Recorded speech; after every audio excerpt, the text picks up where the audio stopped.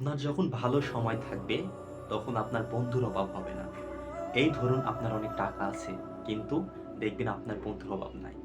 কিন্তু আপনি যখন বিপদে পড়বেন, আপনার যখন টাকা থাকবে না, তখন কিন্তু আপনার বন্ধুর সংখ্যা খুবই কমে যাবে।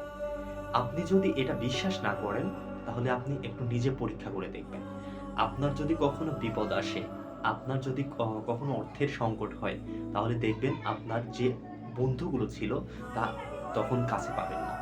কারণ আপনার এখন বিপদের মধ্য দিয়ে যাচ্ছেন আপনার জীবন। আপনি তখনই বুঝতে পারবেন যখন আপনি বিপদে পড়বেন। তাই মহান রব্বুল আলামিন কিছু সময় আপনাকে বন্ধু চেনানোর জন্য কিছু বিপদ দিয়ে থাকে। আ যার মাধ্যম দিয়ে আপনি সঠিক মানুষ চিনতে পারেন। তাই আপনার বিপদের দিনে যারা পাশে থাকবে এবং আপনাকে আ ভালো, ভালো কথা বলে আপনাকে স্বতঃস্ফূর্তভাবে মনটা রাখবে, তারা ভালা ব মনে রাখবেন তারাই আপনার প্রিয় বন্ধু বা কাছের বন্ধু। কারণ দুঃসময়ের বন্ধুই আসল বন্ধু, সুসময়ের বন্ধু নয়।